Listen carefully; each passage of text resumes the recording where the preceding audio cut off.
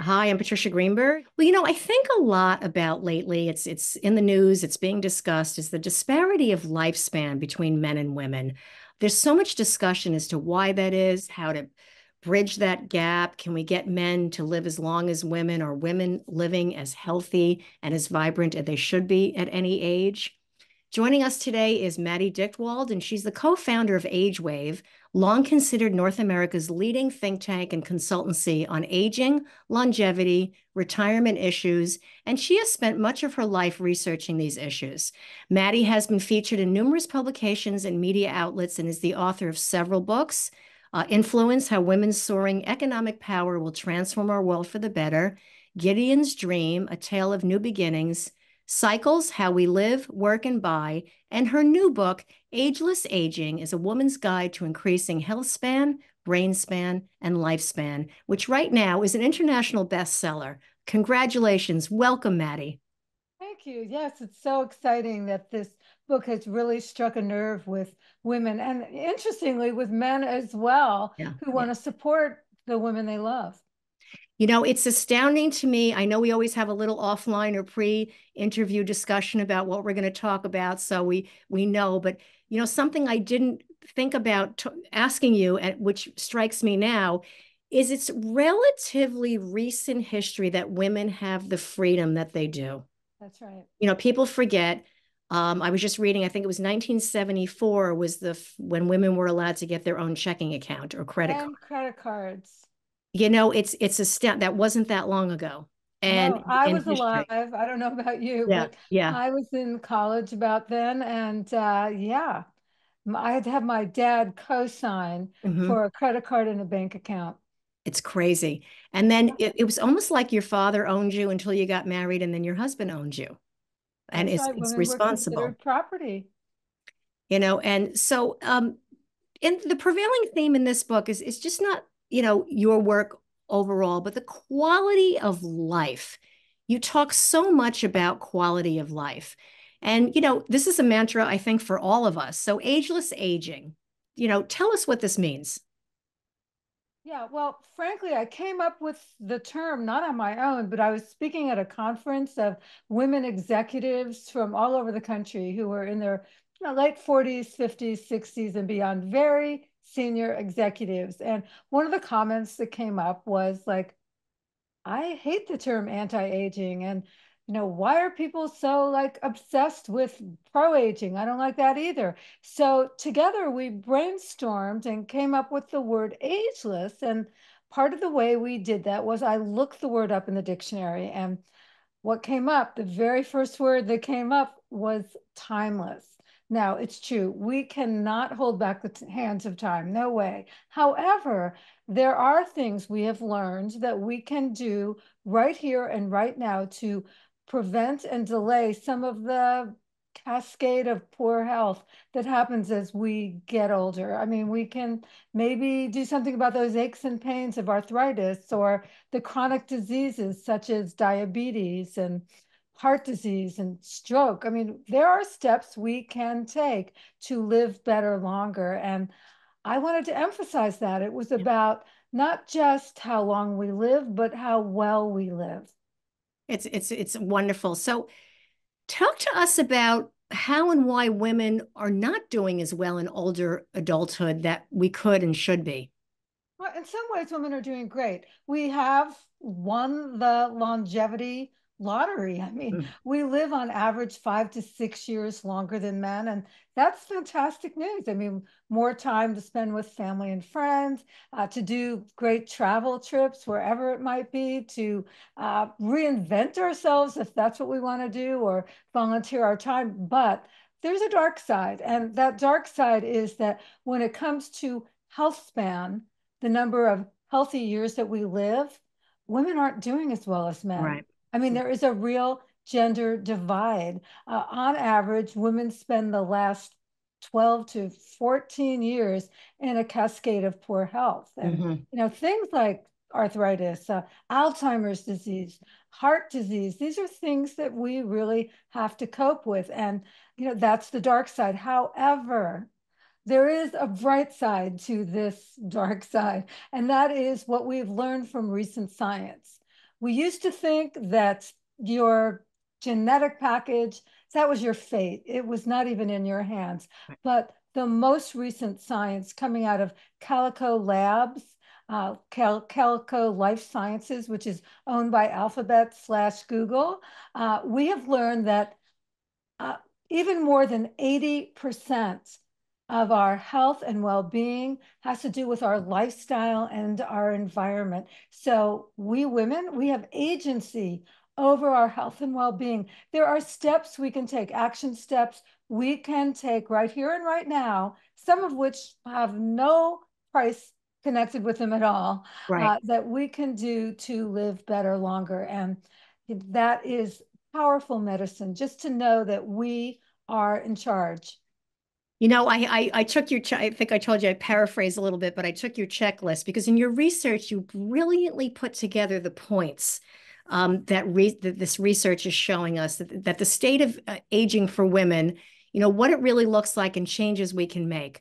I'm going to ask you a very loaded question. Do you think that women who have the money and the advantages, fare better? I mean, are these steps people can take regardless across all income levels, ethnic backgrounds, etc.? Okay.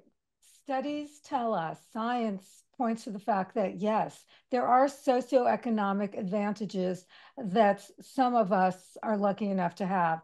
It's not the whole story, Hmm. and that's important.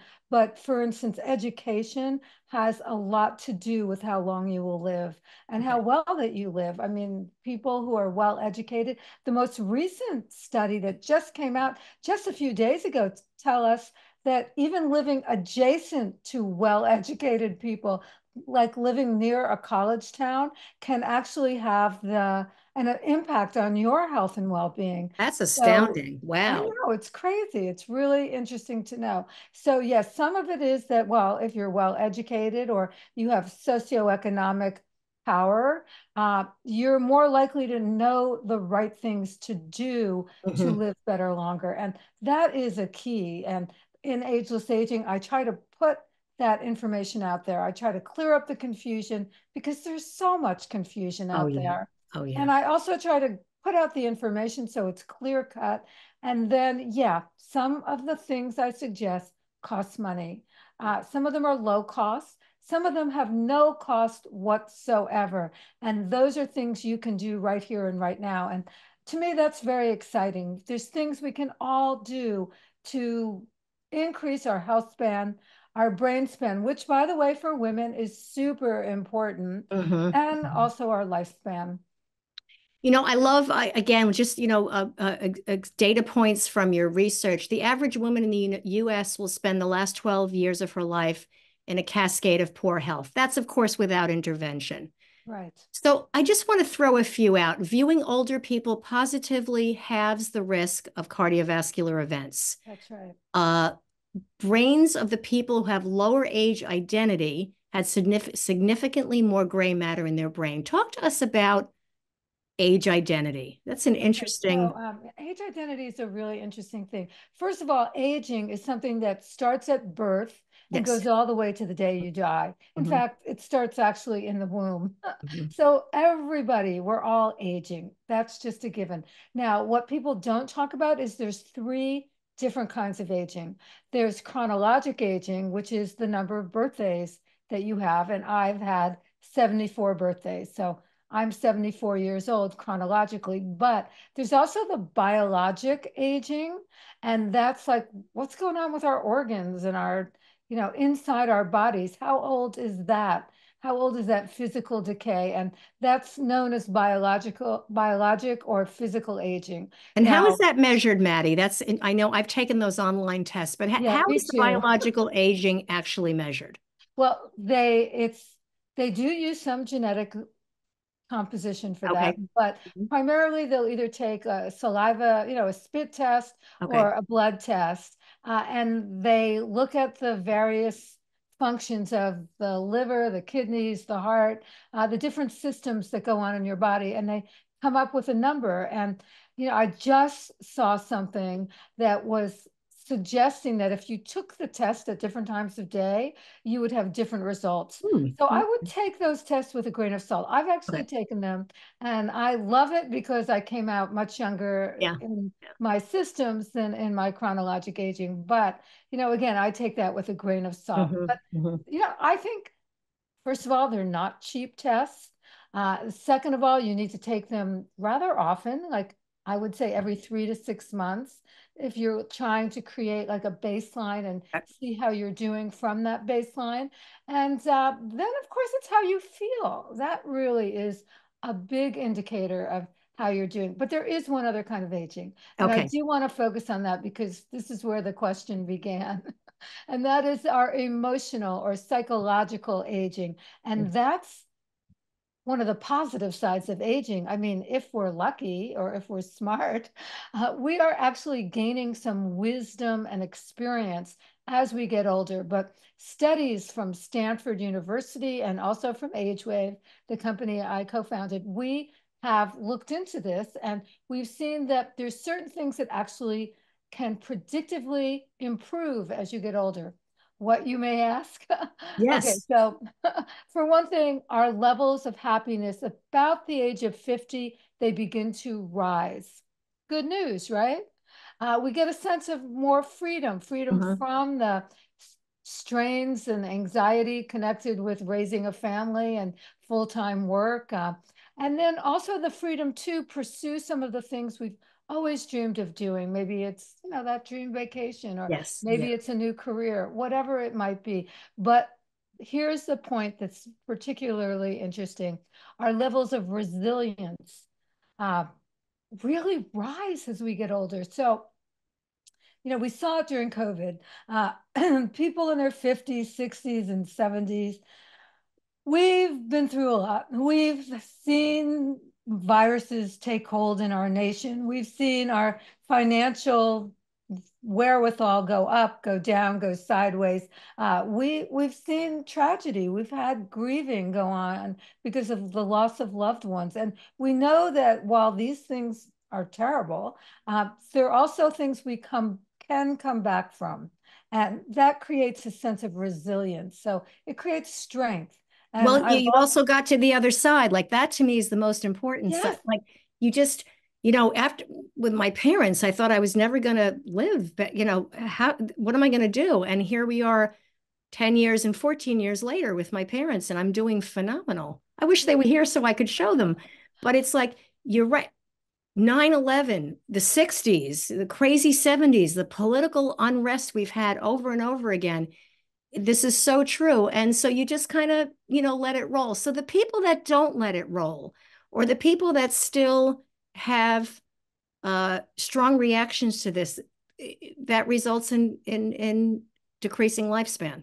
well, yeah, let's unpack that a little bit. I Yeah. mean, that has to do with stress. And if Mm-hmm. you have a chronic level of stress, chronic stress going on in your system, that really impacts your cortisol levels. They never get a chance to go down. And if your cortisol levels are up, it creates inflammation, which is one of the hallmarks of aging.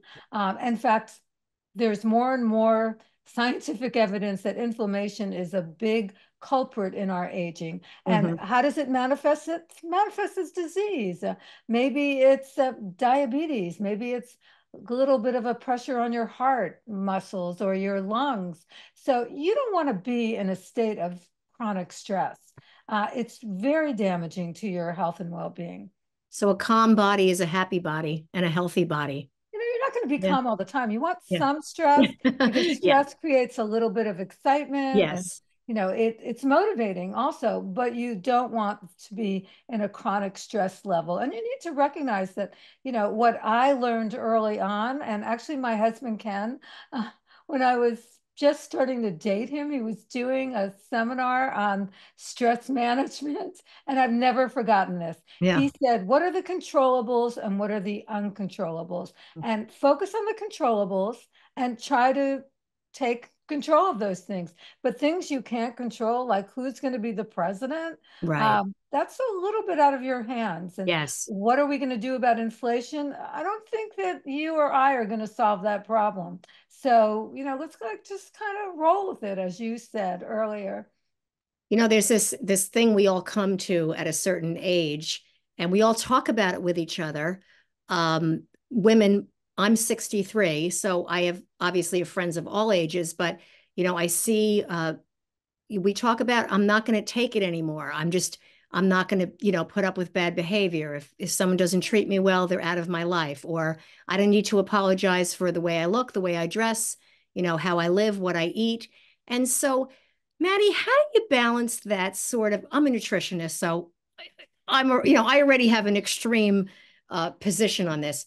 How do we reach those women who are just saying, fuck it, I'm not going to take care of myself anymore. I don't care. I'm 75, I'm 80, because it's not a good attitude. And what do I care? I only have a couple of years left, so I'm going to eat what I want. I'm going to smoke. I'm going to, it sounds extreme, but there are people out there who are saying, I don't care. I'm not going to take care of myself. I don't need to. What do you say to these people? Well, that's a very big question. Just to put it into a context, one of the experts I spoke to, Dr. Chatelat from France, she is a neuroscientist, researcher focused on Alzheimer's disease. And Okay. as we know, women are twice as likely to Uh-huh.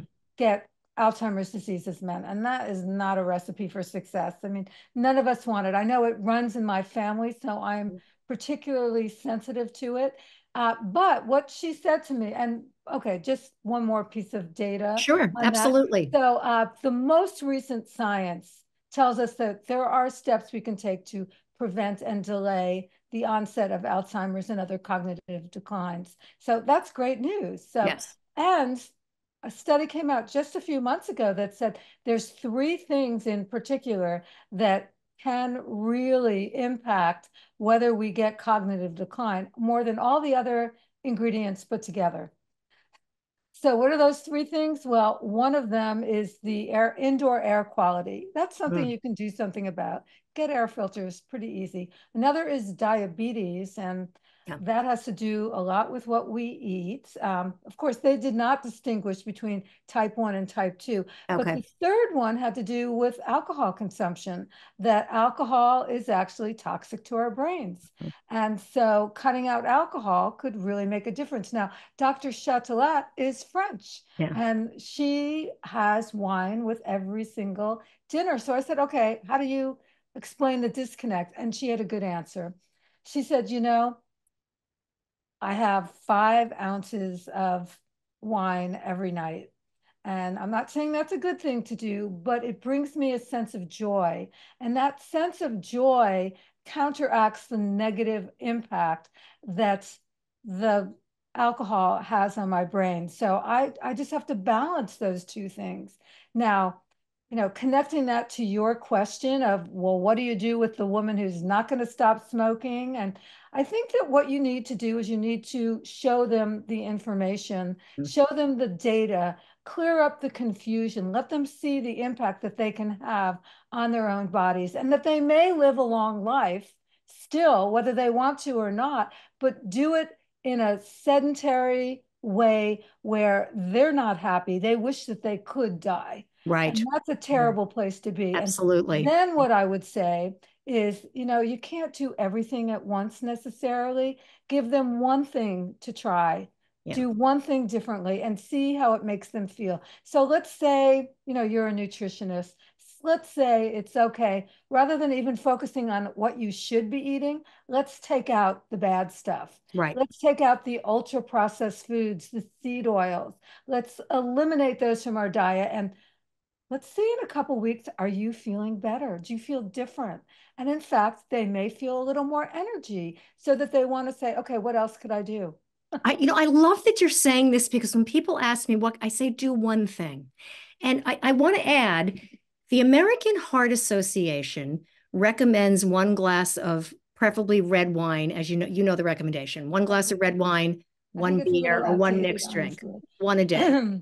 The American Cancer Society says no, no, no, no, no. Alcohol is a neurotoxin. You shouldn't drink it. Yeah. So what's the balance between the two? A friend of mine's a medical oncologist. He's a young man. My friend's kid, and he's in his 30s. And I said, well, what do you do? He said, I have on weekends, if we're gonna have a barbecue, I'll have a beer. I eat really healthy, and he does. He eats healthy most of the time.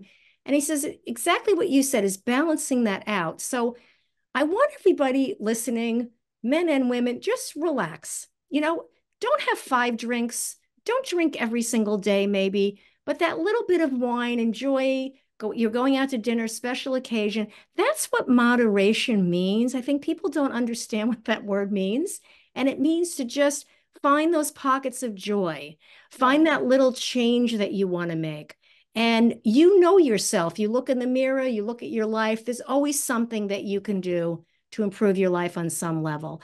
I wish these dreaded diseases were not portrayed in the media as if there's nothing you can do about it. I think Yeah, that is a that's wrong problem as because well. in most instances, there are steps you can take to prevent or delay. Now, if Yes. you want to prevent or delay, you're going to have to take some action. Yeah. Dr. Dean Ornish is a friend of mine, and Mhm. he takes a much more extreme point of view than what I just put out there. But he has a caveat to it. He said, if you're coping with like heart disease, let's say, because or prostate cancer, or you're concerned about getting Alzheimer's disease, you're not going to do just one thing. You need to do the what I put out in Ageless Aging, a holistic recipe that includes everything from food to exercise to sleep to your social connections, your sense of purpose, your financial well-being. All those things matter, and you better focus on all of them.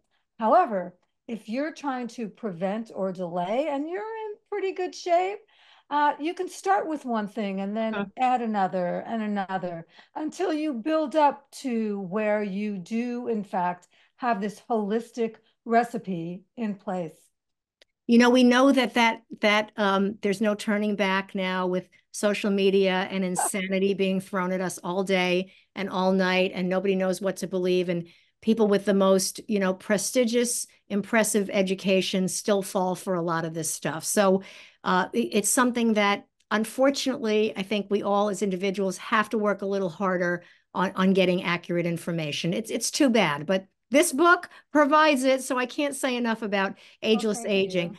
Maddie, one of the most troublesome issues for women, let's say I'm just going to put 60, is financial barriers to living a full life. Can we discuss what's the state of the union on this, if you will, and what we can do as a society to protect older women? Yeah, it's rather complicated, Mhm. honestly, but let me try to talk about it a little bit. First of all, we need to recognize that the word wealth actually derives from the Welsh. Now, who cares, right? Well, Yeah. I care. Yeah. And the reason I care is because it's not about entitlement or a bougie lifestyle. It represents well-being because that's what the word really means. And Okay. if we can connect our financial well-being to our physical well-being, then that's that's the health wealth connection. And what we need to each and every one of us realize is that if we're going to live to like 80, which is, average life expectancy for women is 81, and we run out of money before we get there, that's going to suck big Yeah. time. Yeah. That's going to make us very vulnerable to our health, frankly. For one thing, it's going to create that chronic stress. It's going to create inflammation in our bodies, which may manifest as disease and send us into the healthcare system, which we won't be able to afford. That's a recipe for disaster. So the number one thing I would say to each and every woman is get some financial knowledge in place. And I offer some very basic information in Ageless Aging, but there's a lot of information available online. What you want to do is you want to invest in yourself today. And that, by the way, is through eating a healthy diet and Mhm. exercise and getting a good night's sleep and so on. But it's also includes saving for your future self. And it's not just saving for your future self, investing in your future self. from a study that we conducted at Age Wave, what we learned is women, every generation of women, all ages, their number one financial regret was not investing more. Yeah. So whatever you can invest in your future, invest. Your future self will thank you. I also want to ask you your take. One of the new things that's kind of brewing in those circles is it was always out of my wheelhouse, but I too am studying all this. Is there's this thing about not your children, you cut your children off. Your what you make and what you're putting in for your future is don't even think about, well, I need to leave money for my children. It's all about what you're going to need between now and however long you live. Is that a sound plan?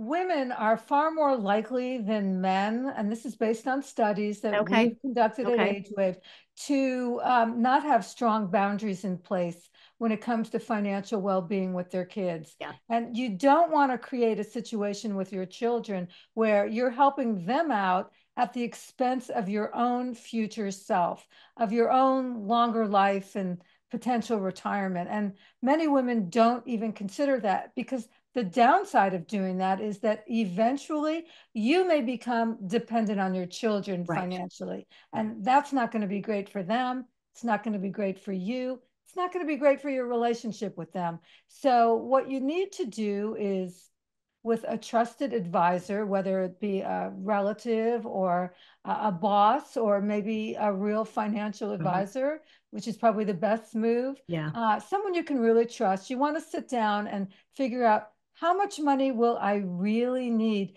if I'm going to live to 90 or 100? Okay. And based on that, you want to communicate to your kids the reality of them. Let them understand what's going on so that they can, first of all, gain that knowledge for their own lives. But second, feel a lot of empathy towards what you're trying to achieve in your lifetime.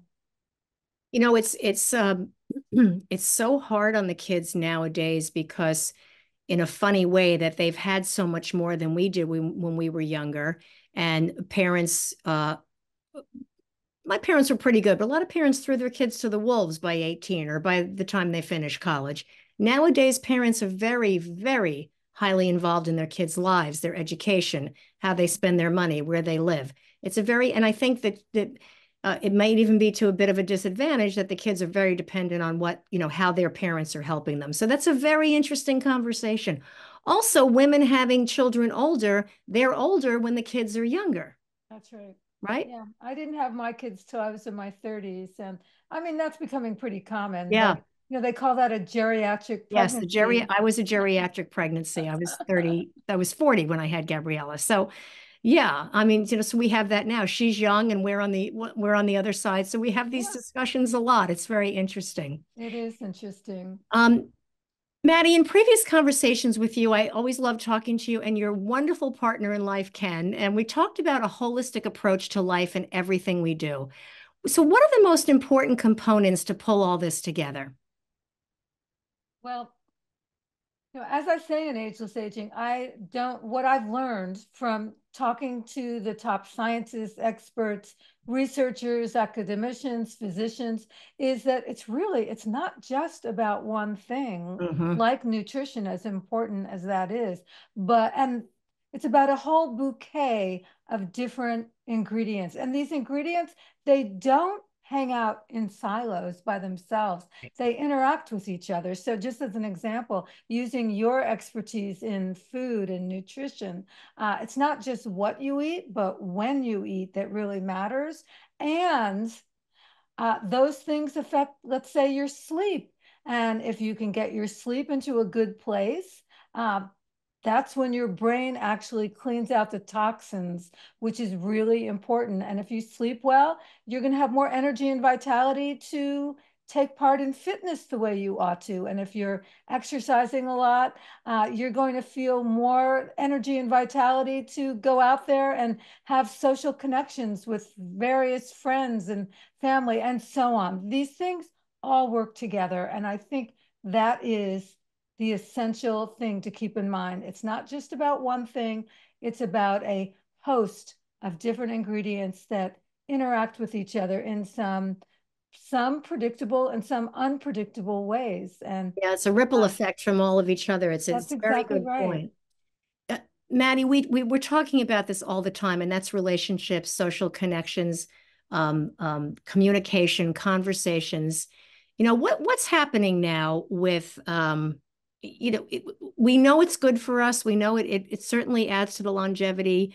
Communities where people still have multi-generational relationships, or even the grandmothers living in the house, all these wonderful things that no longer exist in America. Tell me about, I really want to know the science behind that. I mean, I know it exists, but what does it actually do to the body to be alone? Yeah, it's loneliness is at epidemic proportions in our country, Hmm. particularly, by the way, with young people, which is kind of Yeah. interesting, uh, Yes. and with the very old who are isolated in nursing home type situations. So that's not a good thing because, as you point out, it's a disease, and it is as the equivalent as smoking 15 cigarettes a day. Oh, It's equivalent to never exercising. It's equivalent to having too much alcohol consumption. So it's that big of an issue. wow. And, it's not about having 20 different friends that you interact with on a regular basis. From the studies that I was involved with, what I saw was okay, it's about having a network of 3 or 4 people that you call your trusted inner circle, so to speak. And then it's the more loose connections. So Mhm. let's say you go to the grocery store once a week, saying hi to the checkout person if you actually have a checkout Yes. person. If you go to Starbucks and there's a barista, get on a first name basis with Yeah. them. Yeah. Try to chill. One of the people I spoke to was a psychiatrist, and she was at Columbia University and lived way uptown in New York and in a townhouse. And she was like disgusted with the garbage on the streets. So she started going out by herself in the morning on the weekends and kind of cleaning up the trash. And 1 or 2 of her neighbors saw her and said, "Hey, how you doing?" And they started picking up the Wow. trash. And so it started spreading through the neighborhood, through the street. And so that there was this group of this community, if you will, of women who were helping to beautify the neighborhood. They started planting gardens together. They started sharing meals together. So there are some really unique ways that you can start creating more community if you don't feel like you have community. That is so profound that you're saying that, because it's exactly what people think. They're, especially as you age, you lose friends, people move away. Sometimes just it's geographic, it's economical. Yes, that the going every morning to have a coffee, and all of a sudden you become friendly with the people in the coffee store or That's the right. supermarket. It absolutely, it's and I'll share. I'm an avid knitter, and it fell out of favor for a long time. Now everybody's knitting, but I've always knitted, and I we started a knitting group, and it's like whoever shows up every couple of weeks we get together. It has enriched my life beyond words, because I met a whole new group of women that I didn't know before, and we got to know each other, and now we're all very close friends. And That's so it's great. these little things you just find, and you could have the oddest hobby in the world, right? Or like something really strange. You could be a rock collector, you could be whatever it is. There's something out there for everybody. I can't emphasize that enough. So it's Yeah, it is. it, Book clubs are really, really yeah, popular. I don't yeah, know, if people yeah, are yeah, into yeah, reading.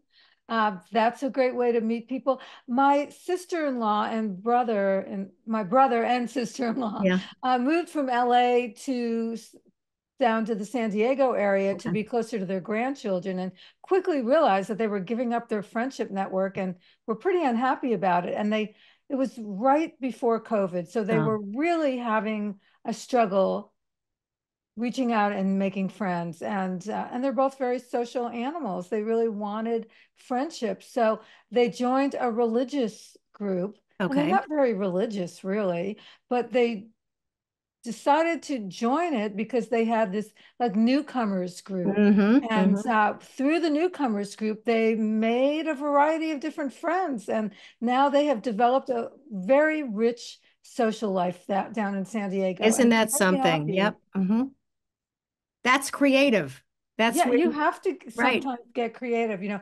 Helen Dennis, who is well known, she actually has a column in some of the smaller papers down in Southern California, maybe even across the United States. So, Helen, if you're listening, I'm not trying to diminish your importance. But anyway, she is a single older woman. And she said one of the things you need to do is you need to get out of your comfort zone and be very proactive. I mean, she told me a story about how she was sitting next to a woman at the theater. She was alone and Helen was alone. And she turned to her and thought she recognized her. And they started a conversation Mhm. and they realized the fact that they both love theater and they have no one to go with. And now they're theater buddies. Isn't that fantastic? Again, that's another, yeah, just take a little, take a little courage, but do it and get out there and reach out. Maddie, you've interviewed many of the world's top scientists, experts, medical people, academics for their input. What are the best pieces of advice that you've gotten from writing this book for yourself? I try to follow most of the advice. I have trouble with sleep. So it's definitely not my superpower. Now it's gotten a lot better since I wrote this book. So even though I've been under more like pressure, if you will, Mhm. uh, one of the pieces of advice that I got is so simple, doesn't cost a penny. And that is that in the morning when I wake up, and I ultimately have been waking up at the same time every morning, I open my shades and I'm lucky enough to have a view Yeah, from my bedroom, and I worship the sun for yeah, 10 minutes to get my circadian rhythms in alignment. And I swear by it. And if you don't have, the capacity in your home to just open your shades and see the sun, get outside, yeah, yeah. spend 10 minutes uh, finding that sun and making sure that your circadian rhythms get in alignment with reality. So that's certainly one thing that I would suggest. The Wow. second thing that I would really suggest has to do with your area of expertise, and Mm. that is I thought intermittent fasting was what all these biohackers do at the cutting edge. That, oh yeah, let's go 16, 18 hours without eating. And I found it really difficult. And I had the great honor of speaking with Dr. Walter Longo, Oh, who sure. is the pioneer behind intermittent fasting. Yeah. Goes, no, they got it all wrong. I mean, that's actually bad for your kidneys. He told me that especially women who need more protein than men, we ought to spend maybe 12 to 13 hours without eating. And think about it, that's really easy to do. I mean, Really easy to do. Yeah. stop eating dinner at 8 at night, then don't eat breakfast until 8 o'clock the Eight next o'clock in the morning. morning. And Very achievable. Uh-huh. I know. very achievable. And, Mhm. it doesn't feel overwhelming at all. He also told me, and I know if my grandmother were alive, she would have loved hearing this. He told me that breakfast is the most important meal of the day. So Well, those that, yeah, that's, people go, this is what happens. I don't want to get too much off on a tangent, but that whole thing about stimulating your digestive system and letting it rest is very, very important for the yes, microbiome and for keeping your body healthy. And when that's out of whack, everything goes off 100%. And your mood changes, your skin looks terrible. There's so many repercussions that people, and I'm looking to have Dr. Longo on my show. So I'm looking forward to doing that with him and getting that information. Maddie, can you give us a quick list of the 5 small steps starting today that anybody can do to take right now to improve their risk of lowering their risk of illness later in life? okay, sure. Number one, if there was a silver bullet, which there really isn't, Mhm. but if there were, almost all the experts I spoke to said it's about fitness. Okay. It's about making sure that even just taking a walk every day for 30 minutes is a great way to start. But I would add something to that. Maybe that's point number two. And that is that as we get older, even as we hit our late 30s and early 40s, we begin to see the loss of muscle mass. Mhm. And you want to fight against muscle mass loss. that is a really bad thing, creates frailty, potential falls, among many other things, osteoporosis. So you want to keep building your muscle mass. That's easy. Get out those stretch bands. You can invest a couple of dollars in stretch bands or light weights to there's YouTube channels all over Oh, the place that are sure. for Mhm. free that show you some simple muscle strengthening exercises to do. And in fact, a new study just came out from the Annals of Medicine just a few months ago that said that muscle mass should be a new vital sign, similar to our heart rate Oh, and our blood interesting. pressure. That's Really? how important that is. So That's there's interesting. those two Wow. things. Hmm. Three, I mentioned the circadian rhythm thing, and I think that's really Yeah. important. Hmm. I think that, and again, that doesn't cost anything. Same thing with intermittent fasting, doesn't cost a penny. Um, I would add to the nutrition side if you want to take some good, easy steps. I say like eat the rainbow, eat it, Yes. and that doesn't mean eating like colorful cereals in the morning. Mhm. It means, eating beets and greens and squash and all different color fruits and vegetables and whole grains, uh, avoiding those ultra processed foods and the seed oils. That'll save you money, not cost you money. And Exactly. another thing that came as a surprise to me was that most of the physicians that I spoke to 10 years ago, they would not have made a big deal about organic at all. Hmm. But they're all saying because of climate change, organic really matters. You want to eat organic. So many women are probably listening and saying, I can't afford that. But I have a hack here, and that is to buy flash frozen organic vegetables and fruits. They're not expensive. No, they're very cheap, actually. That's a They very are. good And not point. only Yes. that, Mhm. their Mhm. nutritional value is actually Yes. higher than the fresh. So go figure. So Yeah. those are a few things that we can do. Get out there, call your best friend or call somebody that you haven't spoken to in a long time. I know for me, I grew up part of the time on the East Coast, and I was just there for doing some TV stuff. And I got in touch with someone who I haven't spoken to in 40 years. We had Amazing. dinner. It was Amazing. I love great. that. Yeah. It was really good. So, there's a lot of that through Facebook Yes. and Yeah. other Insta and that everybody that we're all doing. And, that's good, especially if you can do it face to face and share a hug. Absolutely. Um, Maddie, you just for more information, first of all, about Maddy Dychtwald and this wonderful book, Ageless Aging: A Woman's Guide to Increasing Health Span, Brain Span, and Lifespan, go to maddydychtwald.com. I will spell it and also we'll post it up on the show when it airs. Maddie, I can't thank you enough. In closing, I want to ask, what do you like about getting older? Mm. Okay, well, first let me say that available on my website, there's some free giveaways for Oh, anyone okay. who buys the book. So, yeah, some great stuff Great. on brain health, some great stuff on financial well-being. So there's that. What do I like about getting older? I kind of love it. I think I feel as good as I did 20, 30 years ago. Um, I get nervous and scared about like the decline that may happen, but I Mhm. love the opportunity to keep learning and growing and enjoy. I just love the work I'm doing. I feel Yeah. passionate about it. And to be able to maybe help some women in their quest for ageless aging, uh, that's what I'm all about right Yeah, now. yeah, that's wonderful. Maddie, I look forward to more wonderful information coming out of you and continued success in everything that you're doing.